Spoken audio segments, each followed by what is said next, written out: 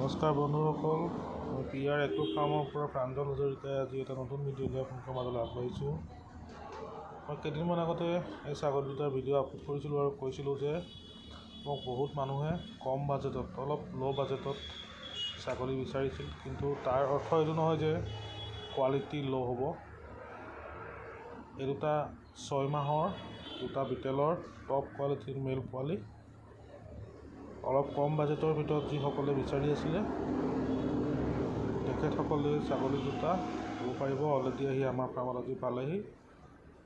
চাওক, বহুত ধুনীয়া কোৱালিটিৰ হয়, খালি বয়সটো সিহঁতৰ ছমাহ হৈছে, সেইকাৰণে বাজেটটো অলপ কমতে যিসকলে ল'ম ভাবিছে তেখেতসকলক মই দিব পৰা হ'ব।